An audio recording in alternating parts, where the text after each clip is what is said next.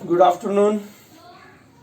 Thermodynamics topic अपना चल रहा है। उस थर्मोडायनेमिक्स टॉपिक में जो लास्ट आर्टिकल हम एंथैल्पी के बारे में देख रहे थे, जहाँ पे सबसे पहले हमने एंथैल्पी क्या होता है वो बताया था।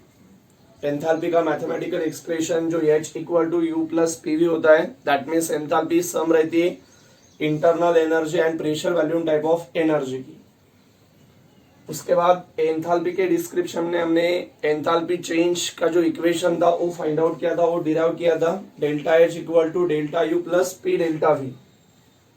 उसी के साथ हमने दो रिलेशन बताए थे, amount of heat absorb at constant pressure, that means Q P equal to क्या रहता है डेल्टा एच, यानी कि enthalpy change of chemical reaction. Q that means positive Q, Q का मतलब होता है अमाउंट ऑफ हीट एब्जॉर्ब के सिस्टम में। यहाँ पे सबस्क्रिप्ट में हमने पी लिखा था, उसका मतलब कब वहां पे एब्जॉर्ब किया एट कांस्टेंट प्रेशर, ए इक्वल होता है टू द एंथैल्पी चेंज। और एक रिलेशन हमने वहां पे प्रूव किया था, similarly amount of heat energy is absorb at constant volume equal to क्या होता है internal energy change, that means delta U. तो ये दो इक्वेशन प्रूव और शो करने के बाद हमने और एक equation enthalpy change and internal energy change के लिए बताया था, delta H is equal to delta U plus delta NRT. ये इक्वेशन हमने प्रूव किया था। उसके बाद अपना जो थर्मोडायनेमिक्स का आर्टिकल था उसमें हमने केमिकल रिएक्शन के लिए जो वर्क का एक्सप्रेशन आता है W equal to minus delta N R T, ये इक्वेशन हमने वहां पे प्रूव किया था। और उसके बाद इस इक्वेशन के लिए जो डेल्टा एन की कंडीशन है, delta N greater than zero, तब क्या होगा, डेल्टा एन अगर लेस देन जीरो रहेगा तो क्या होता है, और third number delta N equal to अगर जीरो होता है तो क्या होता है। ये कुछ कंडीशंस मैंने आपको बताई थी। उसी के साथ अगले आर्टिकल में हमने बताया था delta H is equal to delta U, यानी कि enthalpy change equal to internal energy change होने के लिए कौन कौन सी कंडीशन वहां पे रिक्वायरमेंट है। तो तीन कंडीशन मैंने बताई थी। अगर कोई भी प्रोसेस जिस प्रोसेस में सिस्टम वहां पे at volume at constant volume में कैरी आउट होती है, या तो फिर जिस प्रकार के केमिकल रिएक्शन में ऑल रिएक्टेंट या प्रोडक्ट उनके सॉलिड और लिक्विड स्टेट में होते हैं, विदाउट गैसेस स्टेट में अगर प्रेजेंट नहीं रहेंगे तो वहां पे भी चेंज इन वॉल्यूम नेग्लिजिबल होता है और उसके कारण delta H equal to delta U आएगा। और लास्ट कंडीशन मैंने बताई थी, जिस किसी केमिकल रिएक्शन में number of moles of gases reactant and number of moles of gases product अगर इक्वल रहेंगे, सेम रहेंगे, तो अगर वो सेम होने के कारण delta N equal to zero आएगा, therefore delta H equal to उसके कारण delta H equal to delta U. ये तीनों कंडीशंस मैंने आपको बताई थी। और इसके बाद अपना जो आर्टिकल अभी चल रहा था वो था एंथैल्पीज ऑफ फेज ट्रांजिशन या फिजिकल ट्रांसफॉर्मेशन, यानी उसमें जब कोई भी सब्सटेंस एक फेज से एक फिजिकल स्टेट से दूसरे फिजिकल स्टेट में चेंज होता है तो उसके लिए कुछ एंथैल्पीज हम देख रहे थे। और उसमें से ऑलरेडी फर्स्ट एंथैल्पी हमने एक्सप्लेन की थी, वो थी एंथैल्पी ऑफ फ्यूजन। और थोड़ा सा रिवाइज कर रहा हूं। पहली definition enthalpy of fusion delta fusion का FUS और AH, enthalpy of fusion denoted by delta H FUS। तो एंथैल्पी ऑफ फ्यूजन में हमने बताया था, सपोज उसके लिए एक एग्जांपल हम कंसीडर करते हैं, like as solid water ice के फॉर्म में वो कंसीडर करेंगे, उसका कन्वर्शन उसके physical state like as liquid में होता है। तो उसके लिए जो एंथैल्पी चेंज होती है प्रैक्टिकली वो थी 6.01 किलो जूल मोल इनवर्स या पर मोल। और ये जो वैल्यू हमें मिली है at constant temperature, like as कितना टेम्परेचर के लिए, 0 डिग्री सेल्सियस। तो एंथैल्पी ऑफ फ्यूजन में हमने बताया था, एंथैल्पी ऑफ फ्यूजन यानी क्या है, एंथैल्पी चेंज है। Enthalpy of fusion nothing but enthalpy change, लेकिन वो किसके लिए चेंज होती है, जब कोई भी 1 मोल ऑफ सॉलिड सब्सटेंस उसके सॉलिड में से उसके लिक्विड फॉर्म में कन्वर्ट होता है, उसके लिए जो अमाउंट ऑफ एंथैल्पी वहां पे चेंज होती है, उस चेंज होने वाले एंथैल्पी को हम क्या कहते हैं, एंथैल्पी ऑफ फ्यूजन। कंडीशन वहां पे टेम्परेचर एंड प्रेशर कैसा रहेगा, सेम रहेगा, कांस्टेंट रहेगा, without change temperature and at constant pressure. So definition में हमने बताया था, the change in enthalpy when 1 mole of solid substance is converted into it's liquid at constant temperature and pressure is called as the enthalpy of fusion, denoted by delta H FUS H। उसके लिए example हमने बताया था, जो fusion process है, यानी solid से जब कोई भी सब्सटेंस लिक्विड में कन्वर्ट होता है तो उसको हम फ्यूजन कहते हैं। लेकिन उसके रिवर्स के प्रोसेस को अगर हम ऑब्जर्वेशन करेंगे, यानी कि लिक्विड सब्सटेंस अगर सॉलिड में कन्वर्ट होता है तो उस प्रोसेस को हम वहां पे क्या कहते हैं, लिक्विड सॉलिड में होता है, इसके कारण उसको हम फ्रीजिंग कहते हैं। इसके कारण हमने एक सब डेफिनेशन बताई थी, एंथैल्पी ऑफ फ्रीजिंग। तो एंथैल्पी ऑफ फ्रीजिंग सिर्फ उसके अपोजिट था। एक एग्जांपल हमने कंसीडर किया था लिक्विड वाटर, जिसमें वो सॉलिड में कन्वर्ट होगा, एंथैल्पी चेंज वही वैल्यू है, सिर्फ वो माइनस में आएगी, क्योंकि यहाँ पे अमाउंट ऑफ हीट एब्सॉर्ब की है, तो यहाँ पे अमाउंट ऑफ हीट इवॉर्ड की है। आगे देखेंगे, मैंने कल बताया था exothermic endothermic at 0 degree Celsius. तो एंथैल्पी ऑफ फ्रीजिंग में हमने बताया था, it is the enthalpy change when 1 mole of liquid substance is converted into its solid state at constant temperature and pressure, called as the enthalpy of freezing, denoted by, यहाँ पे fusion के जगह freezing का FREEZ लिखते हैं, और उसके लिए एक एग्जांपल। ये तो ऑलरेडी अपना आर्टिकल कंप्लीट हुआ था। उसके बाद next enthalpy of phase transition या फिजिकल ट्रांसफॉर्मेशन के लिए main second definition,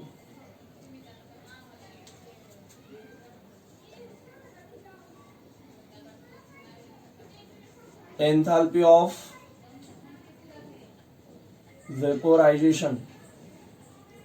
evaporation process को हम वेपोराइजेशन भी बोलते हैं। डेल्टा एच वेपोराइजेशन का VAP और AH, सो इसको हम रिप्रेजेंट करते हैं डेल्टा H VAP या डेल्टा VAP H।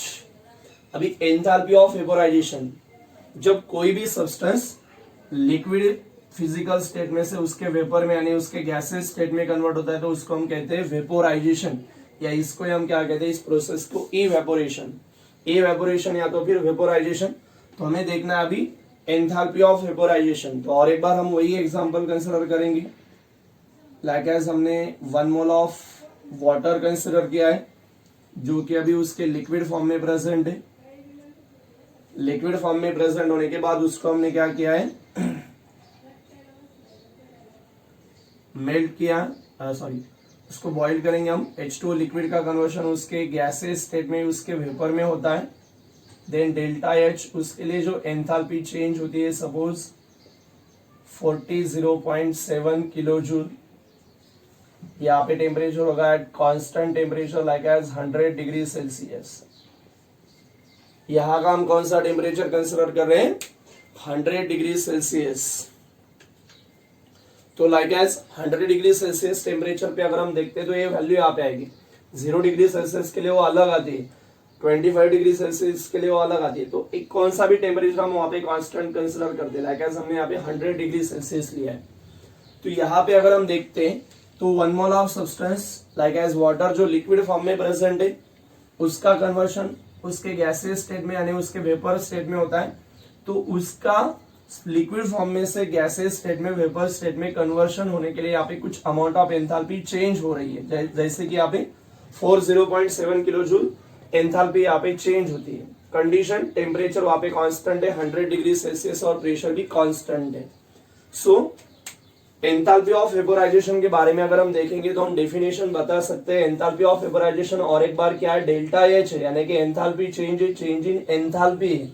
लेकिन वो किसके लिए चेंज होती है, जब कोई भी 1 मोल ऑफ लिक्विड सब्सटेंस उसके वेपर में कन्वर्ट होता है at constant temperature and pressure, then that amount of enthalpy change is called as the enthalpy of vaporization. So क्या बताएंगे, the change in enthalpy when 1 mole of liquid substance is converted into its gaseous state at constant temperature and pressure is called as the enthalpy of vaporization. Enthalpy of vaporization is denoted by delta H VAP यानी कि delta VAP H. उसके लिए एक example आपके सामने लिखा है H2 liquid which are converted into H2 gases state. Then delta H equal to कितनी आए 40.7 kilo joule. Condition at 100 degree Celsius यानी कि at constant temperature 100 degree Celsius and at constant pressure जब 1 मोल ऑफ लिक्विड वाटर उसके gases state में convert होता है तो उसके लिए कितनी अमाउंट ऑफ एंथैल्पी चेंज होती है प्लस 40.7 किलो जूल. अभी आपको ये पता है कि लिक्विड सब्सटेंस गैस में कन्वर्ट हुआ है तो लिक्विड का गैसेस में कन्वर्शन होने की जो प्रोसेस है उसको हम वेपोराइजेशन कहते हैं. और उसके जो अपोजिट प्रोसेस है यानी कि जब कोई भी गैसेस सब्सटेंस उसके लिक्विड में कन्वर्ट होता है तो उस प्रोसेस को हम क्या कहते हैं कंडेंसेशन. सो हमें इसमें एक सब डेफिनेशन बतानी है एंथैल्पी ऑफ कंडेंसेशन.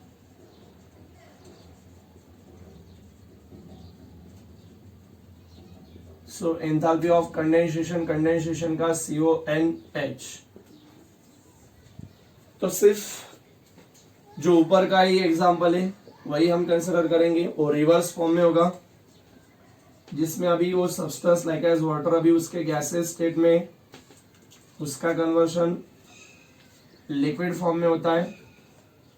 तो ये भी चेंज होने के लिए या ये कन्वर्शन होने के लिए यहाँ पे कुछ अमाउंट ऑफ एंथैल्पी चेंज हो रही है like as delta H equal to कितनी आएगी -40.7 किलो जूल.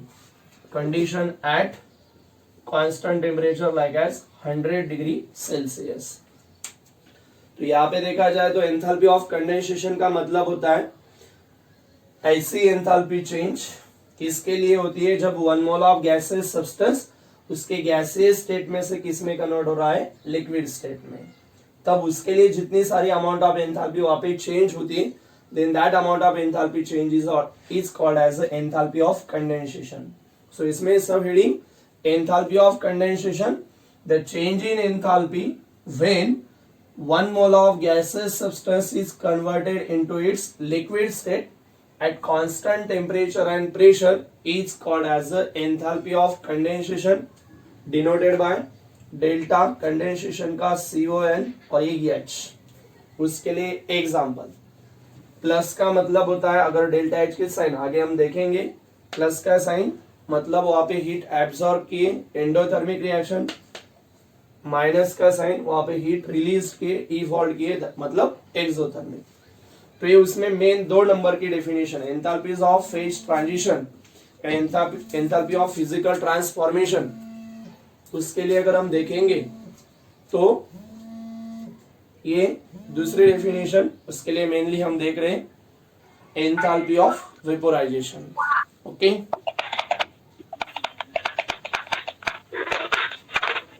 उसके बाद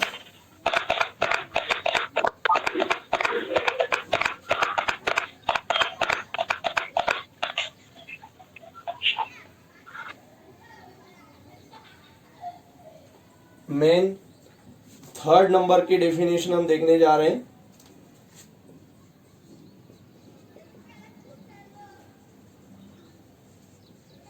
एंथैल्पी ऑफ सब्लिमेशन.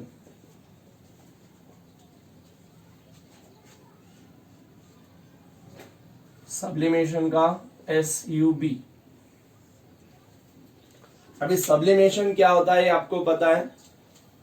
जनरली अगर हम कोई भी सब्सटेंस जो होता है वो अगर उसके सॉलिड फॉर्म में उसको अगर हम हीट प्रोवाइड करेंगे तो पहले वो उसके लिक्विड फॉर्म में चेंज होता है.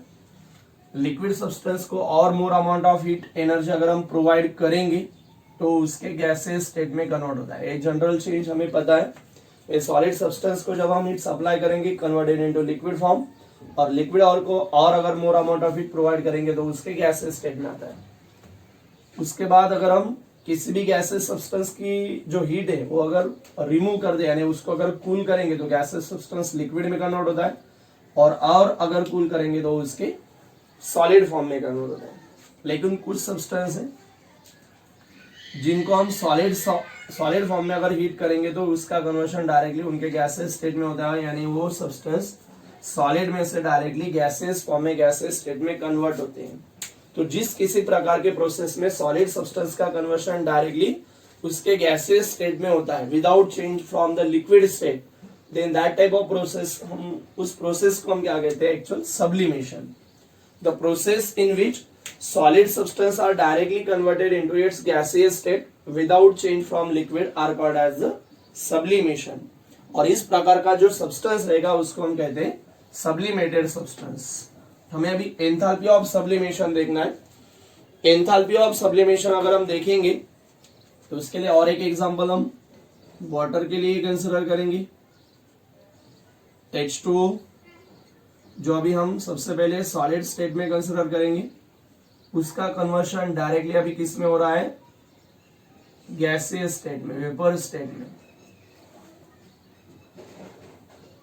उसके लिए जो एंथैल्पी चेंज होती है delta H is equal to plus 51.08 kilo joule, okay, at 0 degree Celsius. तो like as enthalpy of sublimation, और एक बार डेफिनेशन अगर हम बताएंगे तो और एक बार ये और एक एंथैल्पी चेंज है, चेंज इन एंथैल्पी है। तो ऐसी एंथैल्पी चेंज, जो एंथैल्पी चेंज किसके लिए होती है, जब कोई भी 1 mole of solid substance directly किस में कन्वर्ट होता है, उसके गैसियस स्टेट में। तो उसके लिए जो अमाउंट ऑफ एंथैल्पी चेंज होती है, उस चेंज होने वाले एंथैल्पी को हम क्या कहेंगे, एंथैल्पी ऑफ सब्लिमेशन। तो और एक बार डेफिनेशन हम बताएंगे, the enthalpy change, enthalpy of sublimation का मतलब है एंथैल्पी चेंज है, चेंज इन एंथैल्पी है, द चेंज इन एंथैल्पी या the enthalpy change when 1 mole of solid substance is directly converted into its gaseous state at constant temperature and pressure is called as the enthalpy of sublimation. And enthalpy of sublimation is denoted by delta H SUB या delta SUB H। उसके लिए एक example हमने बताया है। Actual अगर हम देखते हैं तो लाइक एज वाटर, वाटर को कोई भी जो सब्सटेंस की एंथैल्पी ऑफ सब्लिमेशन होती है, एंथैल्पी ऑफ सब्लिमेशन एक्चुअल किसी भी सब्सटेंस के लिए एक्चुअल सम होती है। जैसे पहले सॉलिड्स अगर लिक्विड में कन्वर्ट होता है सब्सटेंस, तो हमने उसको एंथैल्पी ऑफ फ्यूजन कहा है, और बाद में अगर लिक्विड से वो गैस में कन्वर्ट होता है तो उसको हम वहां पे वेपोराइजेशन कहते हैं, एंथैल्पी ऑफ वेपोराइजेशन। तो इसका मतलब है जो एंथैल्पी ऑफ सब्लिमेशन होता है वो एंथैल्पी ऑफ सब्लिमेशन एक्चुअल सम होती है। किसकी सम होती है, enthalpy of fusion plus enthalpy of vaporisation की, ओके।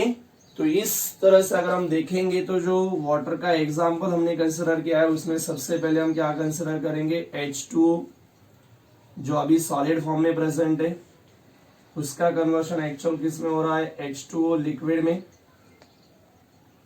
H2O लिक्विड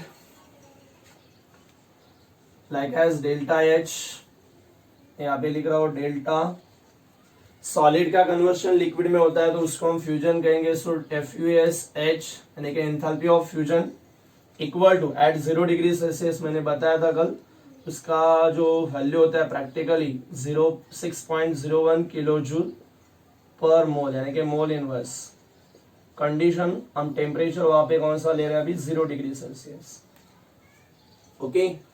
उसके बाद पहली स्टेप जो हुई है, वो पहली स्टेप में क्या किया हमने, H2O सॉलिड फॉर्म में था, उस सॉलिड फॉर्म का कन्वर्शन किस में हुआ, उसके लिक्विड फॉर्म में। तो सॉलिड का कन्वर्शन जब लिक्विड में होता है, उसके लिए जो एंथैल्पी चेंज होती है उसको हम क्या कहते हैं, एंथैल्पी ऑफ फ्यूजन। अभी हम और एक बार क्या करेंगे, अभी जो लिक्विड वाटर यहाँ पे फॉर्मेशन हुआ है H2O लिक्विड, उस H2O लिक्विड का कन्वर्शन कर रहे हैं हम H2O गैस, लिक्विड में से गैसियस में कन्वर्ट हुआ है, इसका मतलब एंथैल्पी चेंज है, conversion liquid to gas, that is called as a vaporization. So enthalpy of vaporization, इसके लिए अगर हम देखेंगे तो plus 45.07 kilo joule mole inverse at 0 degree Celsius. ये उसके लिए एंथैल्पी है। दोनों वैल्यू सेम लेनी है, एक तो दोनों वैल्यू आप 0 डिग्री सेल्सियस की लेनी है, या तो फिर दोनों की 25 डिग्री सेल्सियस, दोनों की 100 डिग्री सेल्सियस, जो भी। तो सपोज हमने H2O के लिए जो सॉलिड से लिक्विड में कन्वर्ट होता है 0 डिग्री सेल्सियस पे, इसकी एंथैल्पी ऑफ फ्यूजन ली हमने 6.01 किलो जूल, और उसी 1 मोल ऑफ लिक्विड वाटर की जो एंथैल्पी ऑफ वेपोराइजेशन है उसी टेम्परेचर 0 डिग्री सेल्सियस पे कितनी हो, 45.07 किलो जूल। हमने अभी यहाँ पे रिलेशन बताया कि जो एंथैल्पी ऑफ सब्लिमेशन होता है वो एंथैल्पी ऑफ सब्लिमेशन एक्चुअल सम होती है। किसकी सम होती है? Enthalpy of fusion plus enthalpy of vaporisation. तो इन दोनों की सम अगर हम करेंगे तो ये H2O लिक्विड है, H2O लिक्विड गेट कैंसल, क्या बाकी रहेगा यहाँ पे H2O सॉलिड, H2O गैस। अभी हमने बताया एंथैल्पी ऑफ फ्यूजन, दोनों की हम सम करें, एडिशन करें, तो enthalpy of fusion plus enthalpy of vaporization, that means enthalpy of sublimation equal to, इनकी अगर हम एडिशन करेंगे तो 1 + 7 8 is 0 as it is, 5 + 6 11, 11 का 1 कैरी 1, उसके बाद ये 4 + 1 5 kilo joule mole inverse at 0 degree Celsius. तो जो हमने बताई थी एंथैल्पी ऑफ सब्लिमेशन वाटर के लिए यहाँ पे एट 0 डिग्री सेल्सियस, तो आई थी वो 51.08 kilo joule mole inverse. Okay, तो सबसे पहले अभी जो मेन थर्ड नंबर की डेफिनेशन है एंथैल्पी ऑफ सब्लिमेशन, तो वहां पे हमने बताया एंथैल्पी ऑफ सब्लिमेशन का मतलब है it is the enthalpy change when 1 mole of solid substance is directly converted into it's gaseous state at constant temperature and pressure is called as the enthalpy of sublimation. Enthalpy of sublimation is denoted by delta SUBH. उसके लिए हमने example यहाँ पे लिखा है water का eight 0 degree Celsius condition के लिए। बाद में हम बता रहे हैं एक्चुअल एंथैल्पी ऑफ सब्लिमेशन क्या रहता है, सम रहती है, एडिशन रहती है, किसकी? Enthalpy of fusion plus enthalpy of vaporisation की। और वही जो रिलेशन है वो हमने एग्जांपल के साथ वहां पे बताया, like as 1 mole of water solid converted into liquid, that enthalpy of fusion क्या है? 6.01 kilojoule at 0 degree Celsius. Similarly 1 mole of liquid converted into gaseous state, that means enthalpy of vaporization at 0 degree Celsius कितनी आती है? 45.07. Then अगर हम fusion and vaporisation की सम करेंगे तब सॉलिड से डायरेक्ट कन्वर्ट हो रहा है लिक्विड में, सॉरी गैसेस स्टेट में, तो enthalpy of sublimation equal to कितनी मिली है? 51.08 किलोजूल। ये उसके लिए थर्ड नंबर की डेफिनेशन एंथैल्पी ऑफ सब्लिमेशन। आया समझ में? नेक्स्ट, अभी एक्चुअल जो तीनों डेफिनेशन है, ये तीनों डेफिनेशन इनको हम एंथैल्पीज ऑफ फेज ट्रांजिशन है, एंथैल्पी ऑफ फिजिकल ट्रांसफॉर्मेशन कहते हैं, क्योंकि इसमें एक फिजिकल सब्सटेंस एक फिजिकल स्टेट में से दूसरे अलग फिजिकल स्टेट में कन्वर्ट हो रहा है। इसमें और कुछ डेफिनेशन है, like as a enthalpy for atomic और मॉलिक्यूलर चेंज, उसमें एटॉमिक चेंज होता है या मॉलिक्यूलर चेंज होता है, तो इसके रिलेटेड में ही और कुछ डेफिनेशन एंथैल्पीज ऑफ एटॉमिक और मॉलिक्यूलर चेंज। और उस एंथैल्पी ऑफ एटॉमिक और मॉलिक्यूलर चेंज के लिए अगली डेफिनेशन है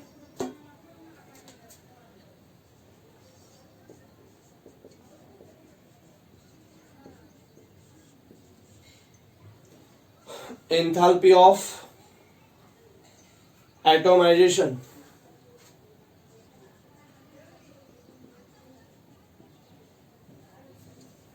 एंथैल्पी ऑफ एटोमाइजेशन में अगर हम देखेंगे तो एटोमाइजेशन में डेल्टा एच, एटोमाइजेशन का ATOM H। अभी सबसे पहले अगर हम देखेंगे तो इसमें एक्चुअल अगर हम देखेंगे तो सबसे पहले जो एंथैल्पी ऑफ एटोमाइजेशन है उस एंथैल्पी ऑफ एटोमाइजेशन में सबसे पहले हमें कोई भी एक सब्सटेंस कंसीडर करना है जो 1 मोल ऑफ गैसेस स्टेट में होता है। लाइक एज हम उसके लिए एक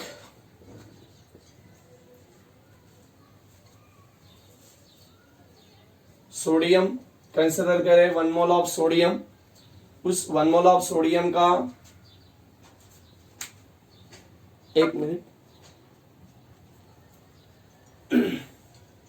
गैसेस स्टेट में हम कंसीडर करें 1 mole of sodium like as gases state में, अभी आपको पता है इस सोडियम का एटॉमिक नंबर होता है 11। 11 का उसका atomic number, so electronic configuration रहेगा 281। 281 होने के कारण अगर हम देखेंगे तो उसके लास्ट सेल में एक्चुअल कितने इलेक्ट्रॉन है, 1। अब इसके पहले हमें पता है कोई एलिमेंट जनरली ऑक्टेट कंप्लीट करने के लिए, स्टेबलाइज होने के लिए, इनर्ट कॉन्फ़िगरेशन उसका एक्वायर करने के लिए कुछ एलिमेंट जो होते हैं वो एलिमेंट एक तो इलेक्ट्रॉन लूज करते हैं या तो इलेक्ट्रॉन गेन करते हैं। तो जनरली जो मेटल्स होते हैं वो मेटल्स वहां पे इलेक्ट्रॉन लूज कर दे, यानी जिन प्रकार के एलिमेंट में, यानी कि जिन प्रकार के मेटल के लास्ट सेल में 1, 2 या 3 इलेक्ट्रॉन होते हैं तो जनरली वहां पे इलेक्ट्रॉन लूज कर दे, और जिनके लास्ट सेल में 5, 6 और 7 नंबर ऑफ इलेक्ट्रॉन होते तो जनरली इलेक्ट्रॉन गेन कर दे। तो यहाँ पे सोडियम के पास 1 इलेक्ट्रॉन है लास्ट वैलेंस सेल में, वो हम क्या करेंगे अभी रिमूव कर देंगे, तो क्या फॉर्मेशन हो जाएगा Na+ गैसियस फॉर्म में। तो उसके लिए कुछ अमाउंट ऑफ एंथैल्पी चेंज होती है, लाइक एज किसी भी 1 मोल ऑफ गैसेस एटम में से, लाइक एज हमने gases actually sodium solid form में होता है, जो भी सब्सटेंस या जो भी हमें एटम कंसिडर करना है उसके गैसेस अंडर द कंडीशन उसके गैसेस स्टेट में कंसिडर करना है। तो कोई भी 1 मोल ऑफ गैसेस एटम में से हम पहला एक इलेक्ट्रॉन रिमूव करते हैं, तो इलेक्ट्रॉन रिमूव करने के लिए जो अमाउंट ऑफ एंथैल्पी चेंज होती है उस अमाउंट ऑफ एंथैल्पी चेंज को हम क्या कहेंगे, enthalpy of atomization. So like as यहाँ पे हमने 1 मिनट पहले हम आयोनाइजेशन देखेंगे, डेल्टा H आयोन, पहले हम एंथैल्पी ऑफ आयोनाइजेशन देखेंगे। तो किसी भी 1 मोल ऑफ गैसियस स्टेट में से अगर हम देखेंगे तो एक इलेक्ट्रॉन हमें रिमूव करना है, तो रिमूव करने के लिए जो एंथैल्पी वहां पे चेंज होती है, that amount of enthalpy change is called as the enthalpy of ionization, क्योंकि आयंस वहां पे फॉर्मेशन होते हैं। तो लाइक एज अगर हम यहाँ पे देखेंगे तो 1 मोल ऑफ सोडियम गैसेस मोल में से 1 इलेक्ट्रॉन वहां पे रिमूव किया है।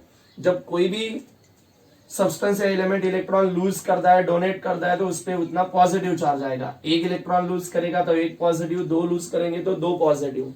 तो यहाँ पे 1 इलेक्ट्रॉन लूज किया है, उसके लिए जो अमाउंट ऑफ एंथैल्पी यहाँ पे चेंज हो रही है वो है यहाँ पे प्लस में 494 किलो जूल। प्रैक्टिकली अगर हम देखेंगे तो 1 mole of sodium, 1 mole of gases sodium में से 1 इलेक्ट्रॉन रिमूव होने के लिए जो अमाउंट ऑफ एंथैल्पी यहाँ पे चेंज होती है वो प्रैक्टिकली कितनी है, प्लस 494 किलो जूल पर मोल। तो इतनी अमाउंट ऑफ एंथैल्पी वहां पे चेंज होती है, तो उस अमाउंट ऑफ एंथैल्पी चेंज को हम क्या कहेंगे, एंथैल्पी ऑफ आयोनाइजेशन। तो enthalpy of ionization delta H, actually delta H यहाँ पे मैंने लिखा है, तो हमें समझने के लिए सबसे पहले सिर्फ हम डेल्टा H लिख रहे हैं, यहाँ पे आयोन हमें लिखना है कंपलसरी है, लेकिन डेफिनेशन समझने के लिए डेल्टा H मतलब एंथैल्पी चेंज किसके लिए चेंज हो रही है, 1 इलेक्ट्रॉन रिमूव करने के लिए, निकाल देने के लिए। और किस में से निकालना है हमें, किसी भी 1 मोल ऑफ गैसेस एटम में से, या कभी कभी आयन होता है, ठीक है नहीं, पॉजिटिव आयन वगैरह हो सकता है। तो किसी भी 1 मोल ऑफ गैसेस एटम में से या गैसेस आयन में से 1 इलेक्ट्रॉन अगर हमें रिमूव करना है, तो उसके लिए जो अमाउंट ऑफ एंथैल्पी चेंज होती है उस अमाउंट ऑफ एंथैल्पी चेंज को हम क्या कहेंगे, enthalpy of ionization. So the change in enthalpy when 1 mole of gases the change in enthalpy when removal of an 1 electron from 1 mole of gaseous atom or ion, then that amount of enthalpy change is called as the enthalpy of ionization. Enthalpy of ionization is denoted by delta H ion। उसके लिए sodium का एक example हमने already बताया, और एक example हम consider करेंगे like as calcium gas under the condition of gases state. 1 mole of calcium gas atom है, कैल्शियम का एटॉमिक नंबर होता है 20, उसका इलेक्ट्रॉनिक कॉन्फ़िगरेशन होगा 2882, यानी कि इस कैल्शियम के लास्ट सेल में, वैलेंस सेल में कितने इलेक्ट्रॉन है, 2। तो सबसे पहले हम क्या करेंगे, हमें पता है 1 इलेक्ट्रॉन हमें रिमूव करना है, तो 1 इलेक्ट्रॉन हम रिमूव कर रहे हैं, तो क्या होगा, Ca+ मिल जाएगा। उसके लिए अगर हम देखते हैं तो जो अमाउंट ऑफ एंथैल्पी चेंज होगी वो रहेगी 590 किलो जूल प्लस फॉर्म में, यानी कि हमने सिर्फ यहां से अभी एक ही इलेक्ट्रॉन रिमूव किया है, उसके लास्ट सेल में 2 इलेक्ट्रॉन है, उसका ऑक्टेट कंप्लीट होने के लिए वो 2 इलेक्ट्रॉन लूज कर सकता है। तो पहली बार हमने सिर्फ एक ही इलेक्ट्रॉन लूज किया है। उसके बाद अब ये जो Ca+ गैसेस स्टेट में जो आयन मिला है Ca+, एक्चुअली इसके पास और एक इलेक्ट्रॉन बाकी है, तो और एक बार वो क्या करेगा, और एक इलेक्ट्रॉन लूज करेगा। ऑलरेडी उस पर एक पॉजिटिव चार्ज था, और एक इलेक्ट्रॉन लूज करने के कारण उस पर और एक पॉजिटिव चार्ज आएगा, यानी कि Ca++ या डायरेक्ट आप 2+ लिख सकते हो। Delta H equal to 1150 kilo joule per moles. ये सेकेंड आयोनाइजेशन एंथैल्पी। तो सबसे पहले आयोनाइजेशन एंथैल्पी क्या है? आयोनाइजेशन एंथैल्पी मींस जैसे कि हमने सोडियम गैसेस एटम में 1 mole of sodium gases atom या 1 मोल ऑफ, यहाँ पे अगर हम देखेंगे तो 1 मोल ऑफ कैल्शियम का आयन, उसमें से हमने एक इलेक्ट्रॉन रिमूव किया है, तो वो रिमूव करने के लिए जितनी सारी अमाउंट ऑफ एंथैल्पी चेंज होती है, then that amount of enthalpy change called as the enthalpy of ionization. तो देखना है the change in enthalpy when removal of an 1 electron from 1 mole of gaseous atom और गैसियस आयन। किसी भी 1 mole of gaseous atom में से या 1 mole of gaseous ion में से एक इलेक्ट्रॉन हमें अगर रिमूव करना है, तो उसके लिए जो अमाउंट ऑफ एंथैल्पी चेंज होती है, then that amount of enthalpy change called enthalpy of ionization. The change in enthalpy when removal of an 1 electron from 1 mole of gaseous atom or ion is called as the enthalpy of ionization. Enthalpy of ionization is denoted by delta IONH. उसके लिए sodium का एक example मैंने आपको बता दिया है। उसके बाद अगर हम देखेंगे तो किसी भी 1 मोल ऑफ गैसेस एटम में से जब हम पहला इलेक्ट्रॉन रिमूव करने के लिए जो एंथैल्पी चेंज होती है, उसको हम फर्स्ट आयोनाइजेशन एंथैल्पी कहते हैं। और अगर 2 नंबर का इलेक्ट्रॉन अगर हमें रिमूव करना है, सेकेंड नंबर का इलेक्ट्रॉन अगर हमें रिमूव करना है, तो उसके लिए हम सेकेंड आयोनाइजेशन एंथैल्पी कहते हैं। अगर थर्ड नंबर का इलेक्ट्रॉन रिमूव करना है, तो उसको हम थर्ड आयोनाइजेशन एंथैल्पी कहेंगे। Okay, so the enthalpy change when removal of first electron from 1 mole of gases atom, like as हमने यहाँ पे कैल्शियम गैस का एटम कंसिडर किया है, तो किसी भी 1 मोल ऑफ गैसेस एटम में से पहला इलेक्ट्रॉन रिमूव करना है, तो उसके लिए जो एंथैल्पी चेंज होती है, that is called first ionization enthalpy. So the enthalpy change when removal of an first electron from 1 mole of gases atom is called as the first ionization enthalpy. Okay, उसके लिए calcium का या sodium का example. उसी के साथ second ionization enthalpy, उसमें हम बताएंगे the enthalpy change when removal of an 1 electron, लेकिन अब वो सेकेंड जो निकालेंगे वो एक्चुअल किस में से निकालेंगे? आयन में से। So the change in enthalpy when removal of an electron from 1 mole of gaseous ion, then that amount of enthalpy change is called as the second ionization enthalpy. अगर थर्ड नंबर का electron हमें remove करना है, तो उसको हम कहेंगे third ionization enthalpy. Fourth का रिमूव करना है तो fourth ionization enthalpy, and so on. और आपको याद रखना है, एक्चुअली ये न्यूट्रल एटम था और ये पॉजिटिव आयन है, तो न्यूट्रल एटम में से इलेक्ट्रॉन रिमूव करना इजी, इसलिए फर्स्ट आयोनाइजेशन एंथैल्पी कम होती है। लेकिन ये पॉजिटिव आयन है, पॉजिटिव आयन में आउटर मोस्ट इलेक्ट्रॉन और negative charge electron, negative charge nuclear charge strongly bonded होते हैं, तो उसमें से इलेक्ट्रॉन रिमूव करना थोड़ा सा डिफिकल्ट है, यानी उसके लिए एनर्जी ज्यादा लगती है। तो हमेशा याद रखना है, सेकेंड आयोनाइजेशन एंथैल्पी जो रहेगी, वो सेकेंड आयोनाइजेशन एंथैल्पी हमेशा ग्रेटर रहेगी फर्स्ट आयोनाइजेशन एंथैल्पी के कंपैरिजन में। ओके, और उसमें एक सब डेफिनेशन है, इसमें एक सब डेफिनेशन इलेक्ट्रॉन गेन एंथैल्पी, जिसको हम डेल्टा इलेक्ट्रॉन गेन का ईजी लिखते हैं। अभी हम एक एग्जांपल कंसिडर करेंगे, like as Cl gas atom chlorine, जिसका एटॉमिक नंबर 17 होता है। तो 17 होने के कारण कॉन्फिगरेशन 287, लास्ट सेल में 7 इलेक्ट्रॉन है, वो एक इलेक्ट्रॉन गेन करेगा। गेन करने के बाद क्या होगा? ऑक्टेट कंप्लीट हुआ है तो उस पर एक नेगेटिव चार्ज आया, तो उसके लिए जो एंथैल्पी चेंज होती है, उस enthalpy like as 349 kilo joule practically अगर हम देखेंगे तो तो जो भी कोई 1 मोल ऑफ गैसियस एटम होता है वो जब एक इलेक्ट्रॉन गेन करता है और एक इलेक्ट्रॉन गेन करके वो निगेटिव आयन यानी कि अनायन फॉर्मेशन करता है, उसके लिए जो एंथैल्पी चेंज होती है that is called electron gain enthalpy. So the change in enthalpy when gain of one electron by the 1 mole of gaseous atom and to form the gaseous anion is called as the electron gain enthalpy. Okay, it is denoted by delta H Eg. और उसके लिए एक example. Okay, बाकी का जो article रहेगा वो हम नेक्स्ट लेक्चर में देखेंगे.